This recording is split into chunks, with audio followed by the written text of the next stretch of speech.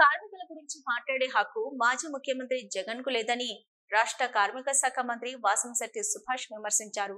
శనివారం రామచంద్రాపురం పట్టణం తెలుగుదేశం పార్టీ కార్యాలయంలో విలేకరులతో మాట్లాడుతూ విశాఖపట్నంలోని ఎసెన్షియా కర్మాగారంలో జరిగిన ప్రమాదంలో క్షతగాత్రులను తక్షణమే పరామర్శించి వారికి కార్పొరేట్ ఆసుపత్రిలో వైద్యం అందించడం జరిగిందని, గత వైసీపీ ప్రభుత్వంలో ఎల్జీ పాలిమర్స్ ప్రమాదంలో మృతులకు మాత్రం ₹1 కోటి ఇచ్చి తీవ్రంగా గాయపడిన వారికి తీవ్ర అన్యాయం చేస్తూ తక్కువ పరిహారం అందించారని, కానీ నేడు కూటమి ప్రభుత్వం మృతి చెందిన వారికి ₹1 కోటి, తీవ్రంగా గాయపడిన వారికి 50 లక్షలు, పాక్షికంగా గాయపడిన వారికి 25 లక్షల వంతున పరిహారం ఇవ్వడం జరుగుతుందని అన్నారు. భవన నిర్మాణ కార్మికుల నిధిని దారి మళ్లించి కార్మికుల పొట్టకొట్టిన చరిత్ర వైసీపీదని అన్నారు. గత వైసీపీ ప్రభుత్వంలో భవన నిర్మాణ కార్మికులతో సహా కార్మికులందరూ సరైన బీమా, వైద్య సదుపాయాలు, ఇతర వైద్య సదుపాయాలు అందించకుండా కార్మికుల ఉసురు పోసుకున్నారని, అలాగే రాష్ట్రంలో ఒక కర్మాగారాన్ని కూడా తీసుకురాకుండా యువతకు ఉపాధి లేకుండా చేశారని ఎద్దేవా చేశారు. నిన్న జగన్మోహన్ రెడ్డి గారు ఎసెన్షియాలో ప్రమాదం జరగడం, కంపెనీలో ప్రమాదం జరగడం, అక్కడికి వెళ్ళి కార్మిక శాఖ మంత్రి గారికి పూర్తిగా అవగాహన లేకుండా ముగ్గురే చనిపోయారని చెప్పడం, ఆయనకి అవగాహన లేదని చెప్పడం కూడా మనం విన్నాం. అయితే నిన్న సుమారు 2:30 ప్రాంతంలో ప్రమాదం జరిగితే నేను 5 గంటలకి ప్రెస్ మీట్ పెట్టాను. అప్పటికి ఉన్న సమాచారం 3 మాత్రమే చనిపోయారు. అది ఫ్యాక్టరీ బయట ఉన్న వ్యక్తులు ఒకరికి పైనుంచి దూకటం జరిగితే 2 దగ్గరగా ఉన్నవాళ్ళు గోడ నుంచి దూసుకొచ్చిన పవర్తో అవయవాలు కూడా చిందరవందర అయిపోయినాయి. అదే కనపడ్డది. తర్వాత సుమారు 8 గంటలకి ఏదైతే శిథిలాల కింద ఉండిపోయారో వాళ్ళందరినీ గుర్తించడం జరిగింది. మరి అవన్నీ తెలుసుకోకుండా ఆయన మాట్లాడుతూ ఉన్నారు. ముఖ్యంగా జగన్మోహన్ రెడ్డి అండ్ కోకి నేను సవాల్ విసురుతున్నాను. మీకు దమ్ముంటే మీరు నిజాయితీ గల చిత్తశుద్ధితో మీరు కార్మికుల పట్ల ప్రవర్తిస్తే నేను అడిగే క్వశ్చన్లకి ఎవరన్నా సమాధానం చెప్పగలరు. మీ జగన్మోహన్ రెడ్డి టీంలో మీకు కార్మికుల మీద ఏమైనా చిత్తశుద్ధి ఉందా? ఈ 5 ఏళ్లలో మీరు ఏ రివ్యూ మీటింగ్ అన్నా పెట్టగలిగారా? ఒక ఫ్యాక్టరీని తీసుకురాగలిగారా? ఉన్న ఫ్యాక్టరీని భయపెట్టి, లంచాల కోసం భయపెట్టి మీరు రాష్ట్రాన్ని వదిలేలా చేశారు, వదిలి వెళ్ళిపోయేలా.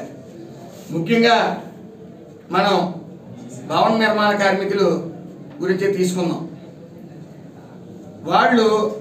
వాళ్ళకి ఇసుక అందుబాటులో లేకుండా సుమారు సిరిసగం కాలం 5 సంవత్సరాల్లో కనీసం 2 సంవత్సరాలు కూడా పని లేని విధంగా వాళ్ళని ఇబ్బంది పెట్టి వాళ్ళకి చెందిన బీమా డబ్బులు కానీ, అలాగే బీఓసీలో ఉండవలసిన ఫండ్స్ కానీ మీరు డైవర్ట్ చేయలేదా? 3 నుంచి 4 వేల కోట్లు. అదేవిధంగా వాళ్ళకి చెందవలసిన ఏదైతే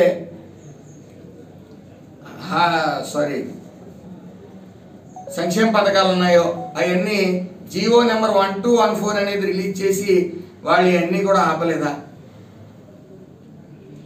ఇంకో ముఖ్య విషయానికి వస్తే ఇన్సూర్డ్ పర్సన్స్ 2014లో 5,50,000 మంది ఇన్సూర్డ్ పర్సన్స్ ఉన్నారు.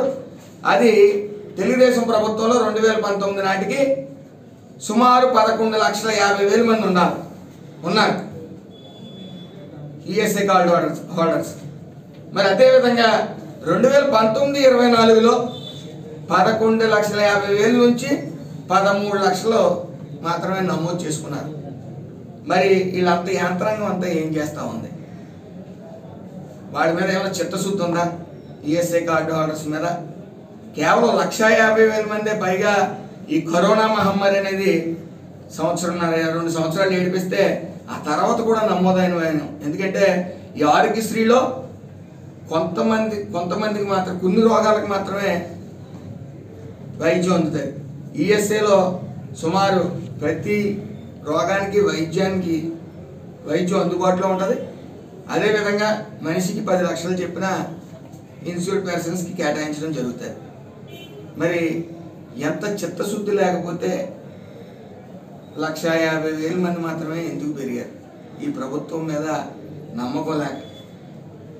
ఏదైతే వైఎస్ఆర్సీపీ ప్రభుత్వం ఉందో ఆ ప్రభుత్వం మీద నమ్మకం లేక ఎవరో పనిచేయక ఈ రోజున అది అలా ఉంచితే ఈ రోజున మళ్ళీ ఏ రోజైనా మన ప్రభుత్వం వైఎస్ఆర్సీపీ ప్రభుత్వం ఏ రోజైనా ఒక ఇటుకి పేర్చిందా ఈఎస్ఐ హాస్పిటల్స్ నిమిత్తం? పేర్చకపోగా విజయవాడ ఈఎస్ఐ హాస్పిటల్ కూడా సెంట్రల్ గవర్నమెంట్కి అప్పచెప్పేయడానికి సిద్ధపడ్డది. కాకినాడ అలాగే ఇచ్చేసింది. ఎక్కడా కూడా ఒక ఇటుకి పేర్చని వైను.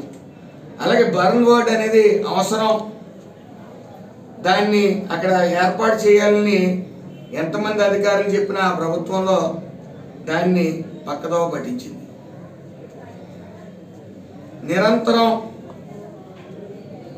ఈ చిన్న చూపే కానీ ఏ రోజు. అలాగే కియా ఆటోమొబైల్స్ అనేది ఉండేది. కియా ఆటోమొబైల్స్ని ఏదైతే ఊరింట్ల మాధవ్ ఉన్నాడో ఆయన స్వార్థం కోసం, ఆయన డబ్బు సంపాదించడం కోసం ఆ కియా ఆటోమొబైల్స్ వాళ్ళని చిత్రహింసలు చేసి అక్కడి నుంచి వెళ్ళిపోయేలా చేశాడు. అదేవిధంగా విశాఖ గర్జన జరుగుతున్నప్పుడు ఈ కంపెనీలన్నింటినీ కూడా ఈ అధికారులు సేఫ్టీ ఆడిటింగ్ ఏజెన్సీ వాళ్ళని కంపెనీలకు పంపి మరి డబ్బులు దండుకోలేదా అని అడుగుతా ఉన్నాను. ఏ రోజైనా జగన్మోహన్ రెడ్డి గారు ఏ డిపార్ట్మెంట్లకైనా రివ్యూ పెట్టారా? నేను 30వ తారీఖు 7వ నెలలో విశాఖపట్నంలో ఇటు అధికారులతోని, ఇటు ఫ్యాక్టరీ యాజమాన్యంతోని, అదేవిధంగా కార్మికులతోని ముగ్గురితోని రివ్యూ మీటింగ్లు పెట్టడం జరిగింది. అక్కడ జరిగిన అవినీతిని కూడా గుర్తించడం జరిగింది. వీళ్ళు చేసిన పని ఏంటంటే 85 హై రిస్క్ ఫ్యాక్టరీస్ ఉంటే 256కి పెంచి సేఫ్టీ ఆడిటింగ్ ఏజెన్సీలని పిలిచినా అందులో ఇద్దరికి, ముఖ్యంగా గ్లోబల్ ఏజెన్సీ వాళ్ళు ఒకరికి, ప్రోయాక్టివ్ ఏజెన్సీలు ఒకరికి ప్రముఖంగా వాళ్ళకి ఇచ్చి 150 ఫ్యాక్టరీలు పైబడి వాళ్ళకి ఆడిటింగ్కి ఇచ్చి అధికారులు కొమ్మకు చేసి వాళ్ళ నరక యాతన అనుభవించేలా చేశారు.